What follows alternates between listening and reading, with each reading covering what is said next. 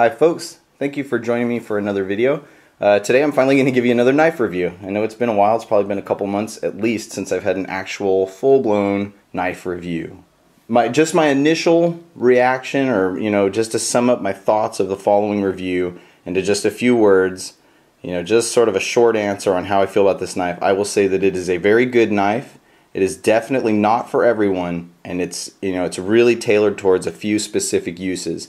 If you're just kind of casually interested in this knife, you're not really sure if it's for you. If you're anything like me, you're going to pick one up and find out that its uses are kind of narrow. It does excel at what it's good at, but for an everyday, overall, general utility type of knife, I would not recommend it. So if you're just looking for your next EDC knife, something that's going to work for a lot of different tasks for the average person throughout the day, this probably isn't it. And I think most of you can tell that from the design.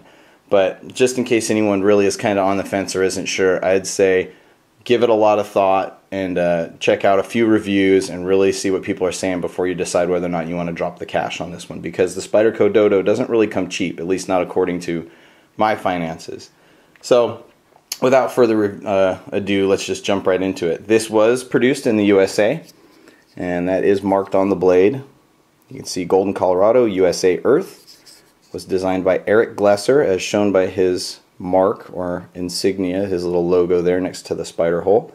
And it has been released a few times over the years. So originally I believe this was released in black G10 and then blue. And it was available in a few different blade configurations, a plain edge like you see here, and then also the spider edge or fully serrated edge. And this one was an orange sprint run that came out, I believe, in last year, 2012. And was limited to about 1,000 pieces, if I recall. So these are already discontinued. This is sold out, and in fact this was sold out when I decided I wanted to get one. So I kind of had to be patient and kind of hunt around. I bought one from an online forum, and I got a pretty good price on it. I did buy it brand new, but I had to wait to get it. And if you're looking for this exact model in this color, you're probably also going to have to poke around a little bit. They come up for sale often, and I kind of feel like for most folks, this knife is one of those ones where they want to try it out, they're curious, and then after they get it, they decide it's not for them and they sell it. So it does have a high turnover or turnaround rate. I see them come up for sale often, but if you're looking for a certain price, you might be waiting a little while. There is also a new model of this, which is carbon fiber. So the handle scales are black carbon fiber, and the little ball bearing lock that you see there is actually ceramic. So it'll be white ceramic on that carbon fiber model. And I think that runs about $200 right now. I think they're still available, but they're going fast. So if you're interested in getting one of those, as of when this video gets uploaded, I would say go ahead and jump on that pretty quick. So I did buy this in November of 2012, and I've been carrying it off and on ever since. So 2-3 months now. It hasn't seen a ton of time in my pocket, but I have carried it, maybe one day a week on average.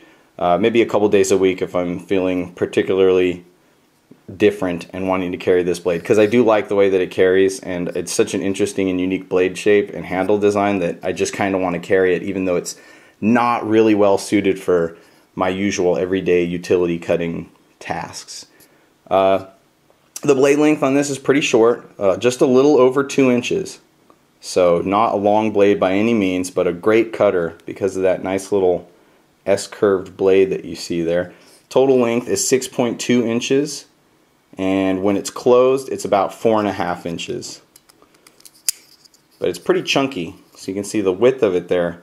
It's going to take up a little bit of pocket real estate when you have this folded. But as far as length, there's not a whole lot going on. Weight is only 2.8 ounces, very light. It's a very thin design. There's not a lot to it. Despite the fact that it has a lot of moving parts and little gadgets going on for the lock, it locks up solid and it's pretty quiet overall.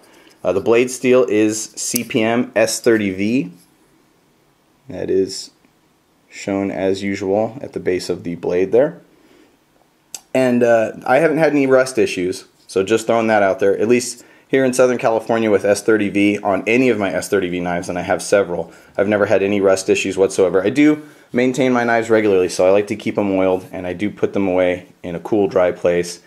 Try not to just let them sit around, but even when we get a lot of hot and humid days, I haven't had any rust problems whatsoever, so that's one little plus. Blade thickness is 3 millimeters, and the blade shape, as you can see, is sort of an S-curve. It's got a recurve hawkbill kind of thing going on, and that tip is really pointy and super sharp from the factory.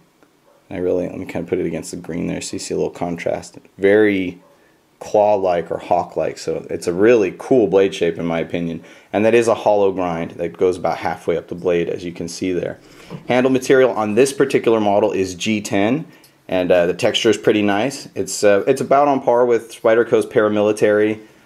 You know, some of their other, typically their US G10. This is going to be the same stuff that you're looking at here. And as far as how it's put together, you've got a T10 Torx screw at the pivot. You've got a T8 for the pocket clip, which is a little bit different because then for these little body screws, you're looking at a T6. So 3 different screw sizes for the construction, which I don't see all too often on most knives. The handles are not skeletonized, but there also are no liners, as you can see there. There are no metal liners inside, so it's just the G10 slabs, and that is it. And we've got the steel back spacer here. And it's about half open in the back. We've got a little pillar right here where that final pocket clip screw is. So pretty easy to clean, fairly open. Texturing, like I said, is about medium, about on par with the Spyderco Paramilitary 2 or some of the other Golden Colorado models. And I think it's just enough grip. Not too much, not too little, not going to tear up your pockets. There is no jimping, which I prefer, but if some of you are looking for it. On a knife with this shape, with this handle, and the grip that it already has, I would say more than any other knife I've ever carried, jimping is pretty much absolutely unnecessary. This knife is going nowhere once it's in your hand due to that design, because there's so many little curves and places for your hand to lock into. So don't worry about it not having any jimping if that's your usual preference. As far as overall comfort, fairly comfortable. The only thing for me that stands out is this rear peak at the back of the handle there.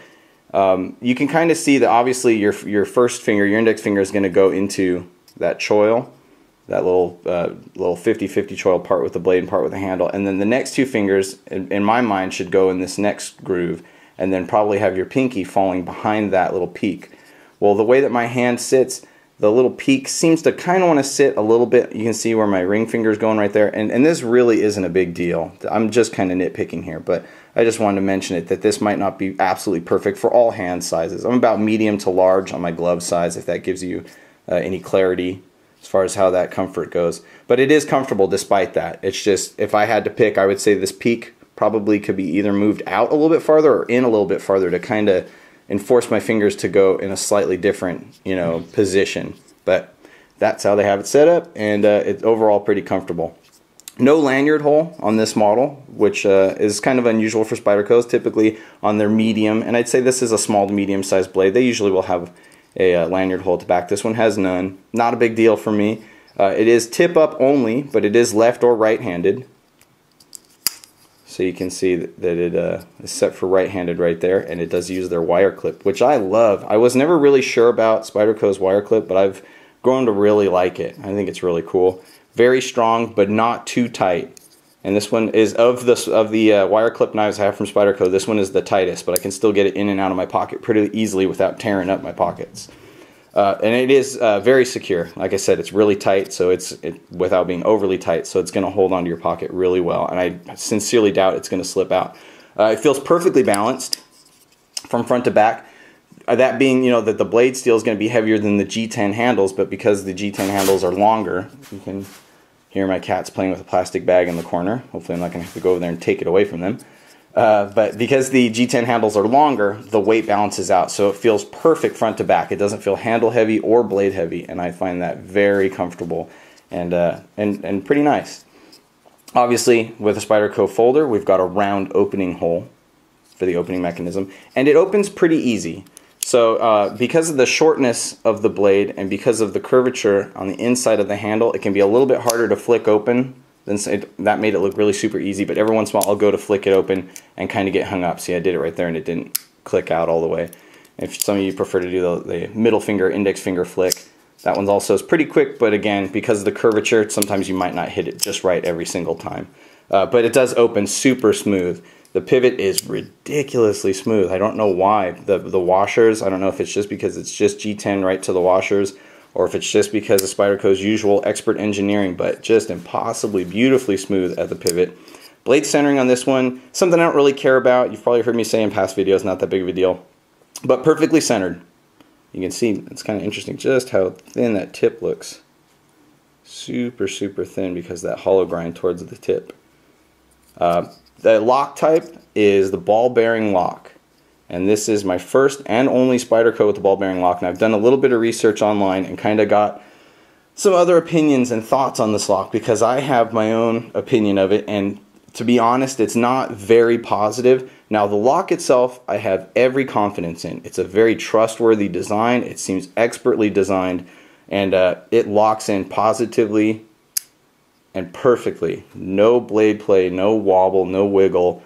But the lock itself, one of the things I don't like about it, it's obviously been designed so that you can close it one-handed. And I don't know if it's just because my digits are really chunky and they don't fit into this little channel where that ball bearing resides, but I can't I can't close it one-handed very easily. It's kind of hard to tell from you just seeing me do it on this video if you've never handled one of these locks before. But what I'm doing is digging my digits in on on either side and kind of pushing, getting a little bit of the meat of my finger in against that lock. You can kind of see how far my index finger is going into that channel to to get a little bit of a purchase on that ball bearing. And I don't know how to explain it. For me, it's really difficult. I kind of have to push the butt of the handle into the palm of my hand, and then really, that one was particularly bad. I usually don't have that much trouble. But again, that just kind of speaks to why I don't, see, now it's kind of loose, but I mean, I'm glad that I'm having so much trouble closing it on camera because, and some people are out there just going to say, oh, you're dumb, mine closes no problem. Well, maybe I have fat fingers, I don't know, but I've had this for months, and I can, trust me when I say I can close it easier than you're seeing here on camera, but not much more so. It's actually easier if I hold the blade, choke up on the handle a little bit, and then pull that ball bearing back with two hands, which to me is a huge downside. I don't like knives that I can't close one-handed. For some of you, that's not really going to be that big of a deal, and if that isn't a deal breaker for you at all, then just completely ignore what I'm saying. But I know a lot of other folks are also kind of particular about having a knife that closes quickly with one hand. There, I got it. But this one for me is not that knife, and so I hate to spend so much time telling you about it, but to me it was such a big downside. It's such a huge con amongst a few other pluses that I really wanted to take a moment and explain that in depth. So I don't care for the one-handed closure of this lock method at all, and I'll touch on that one more time in a moment just to kind of give you some thoughts on what I think could be done to improve it, or what I think that Spyderco should do to change it. Not that I'm an expert, but just throwing out my thoughts on that one.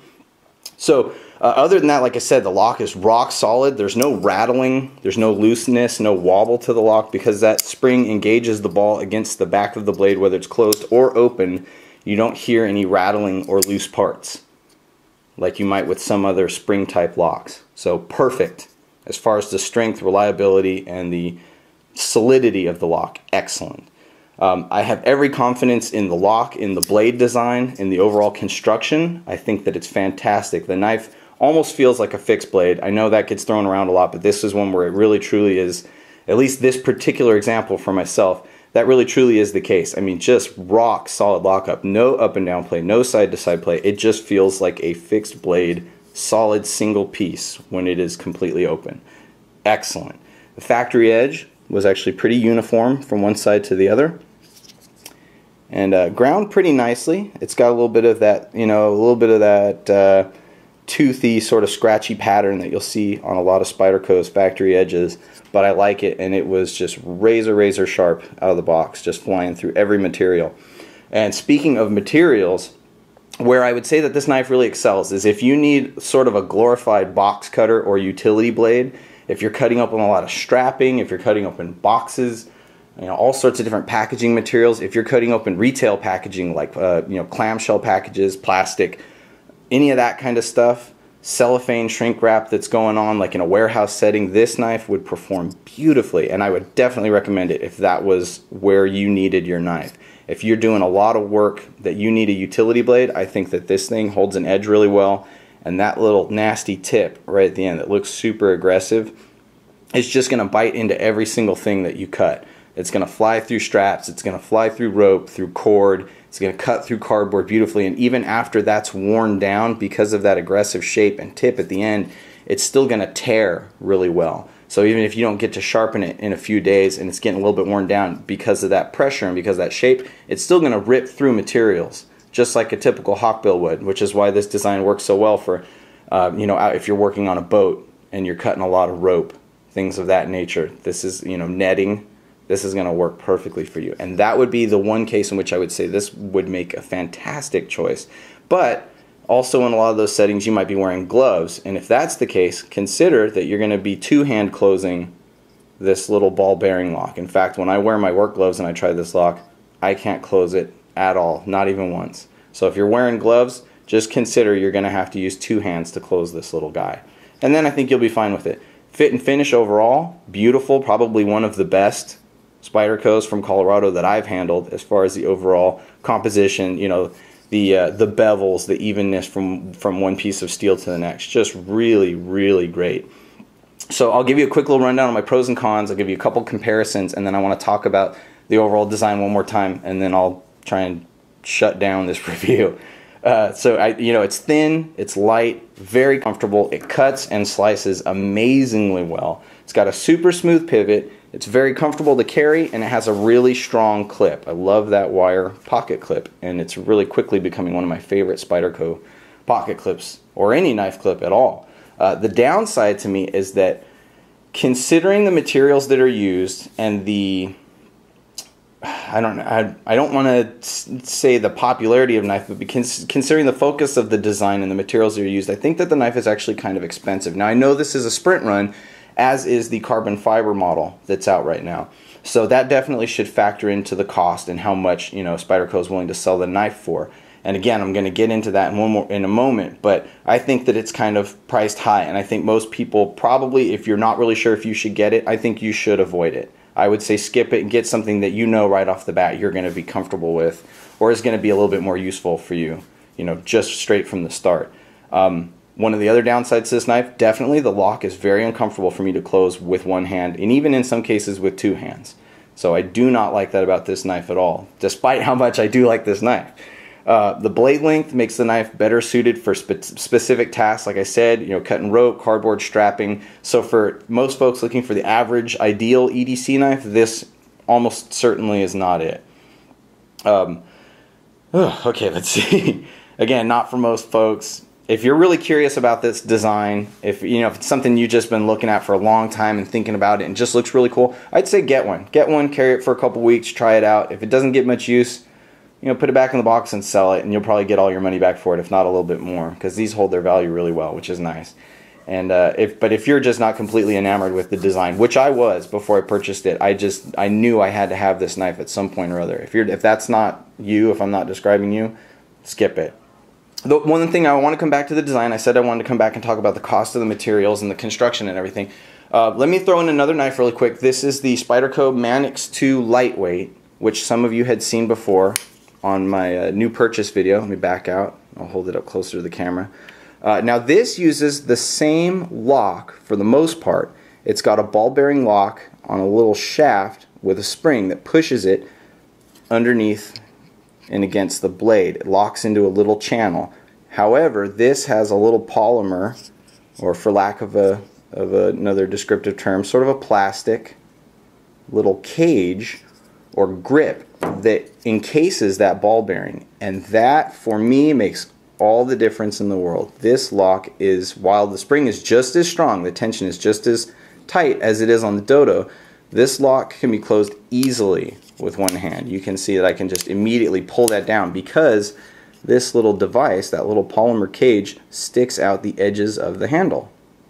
So that sits out either side. It's ambidextrous. Both of these are. I should have mentioned that before. This is an ambidextrous lock. It can be opened just as easily, or as difficult in my case, with your left hand or your right hand, as can the caged ball lock.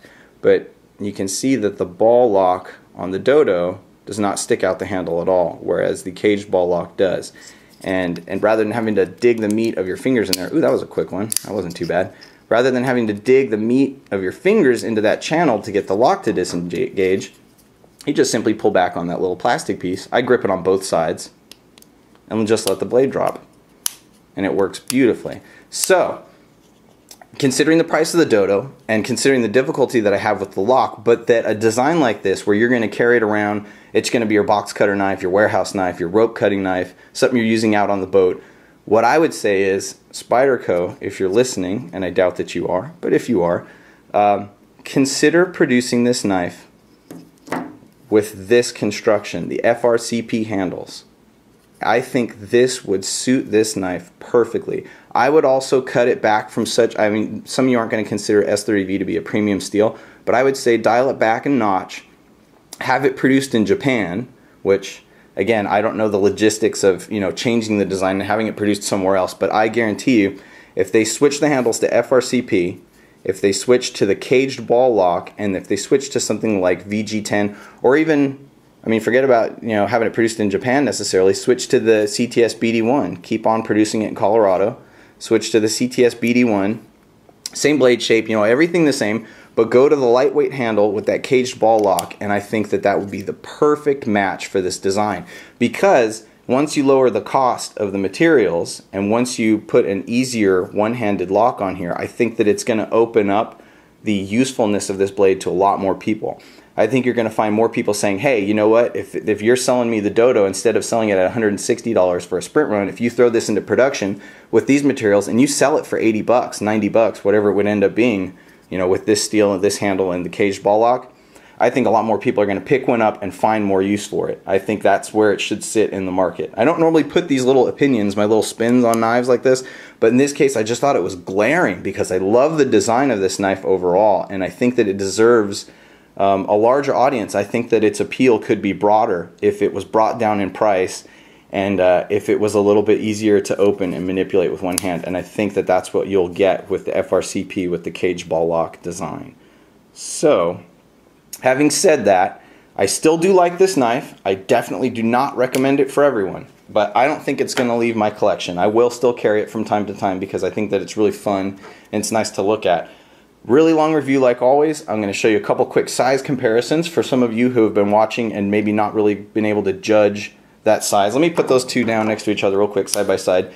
Here is the Manix 2 lightweight next to the Dodo. You can see that the Manix 2 is obviously a much larger knife, but interestingly, look at the handles. They're almost the same size. Not that that's at all a knock against the Dodo. It just shows you how much thought and care went into designing a handle that gives you a full 4-finger grip, just like a big knife, with a smaller blade. I think this was part of Spyderco's, I forget what they call it, little big knives, something like that, where they're trying to pack in a lot of utility and a lot of big knife sort of, you know, function into a very small blade or a very small design. And I think that they did that admirably. So there's your Manix 2, and then here's the Kershaw Skyline. Another really common knife. A lot of you folks probably have one of those. Some of you probably have it in your pocket right now as you're watching this video. To give you a little bit of size comparison. And you can see those two. I'm going to put the member's name up on the screen right now, who reminded me that I need to show the thickness comparisons with the knives side by side. You can kind of see those are pretty similar. Very, very slim. So I think most folks consider the Skyline to be really thin and slim knife.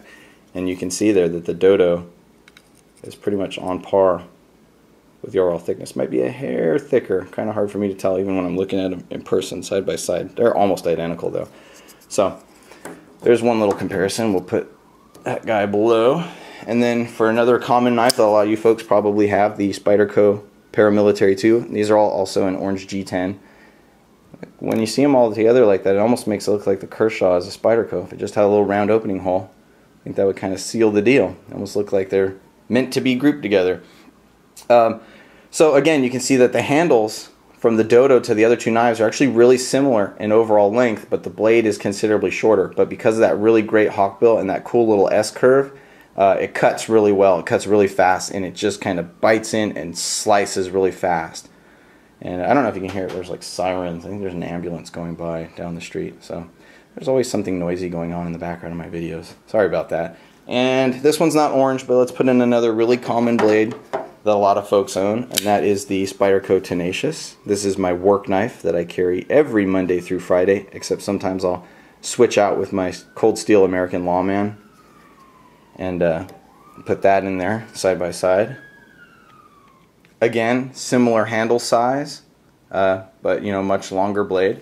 So there's some comparisons for some pretty common knives, so those of you that might carry one of those, you can kind of see how that's going to stack up. I do like the Dodo, and just to wrap it all up again, I know I'm saying the same thing over and over, but I think it bears repeating. If you're not really sold on the design, I would say just skip it. If you're absolutely curious, or if you think that, you know, considering the uses that I mentioned, it's going to fit well with you for the work that you do day to day, definitely grab one. For the rest of you, either get it just because you like the way that it looks, or pass on it and get something else. I wish that Spyderco would switch out the materials, again going with that caged ball lock and the FRCP handles, and if they could bring this in under $100, like I said, $80 to $90 if that were possible, I think that a lot of people would buy one, and I think that it would find itself in a lot more pockets than it probably does right now. Not only just because we're only in sprint run territory, but just simply because this design with the premium materials is a little bit harder to swallow for somebody that actually wants this as a work knife than for someone you know, that's just going to pick one up for their collection.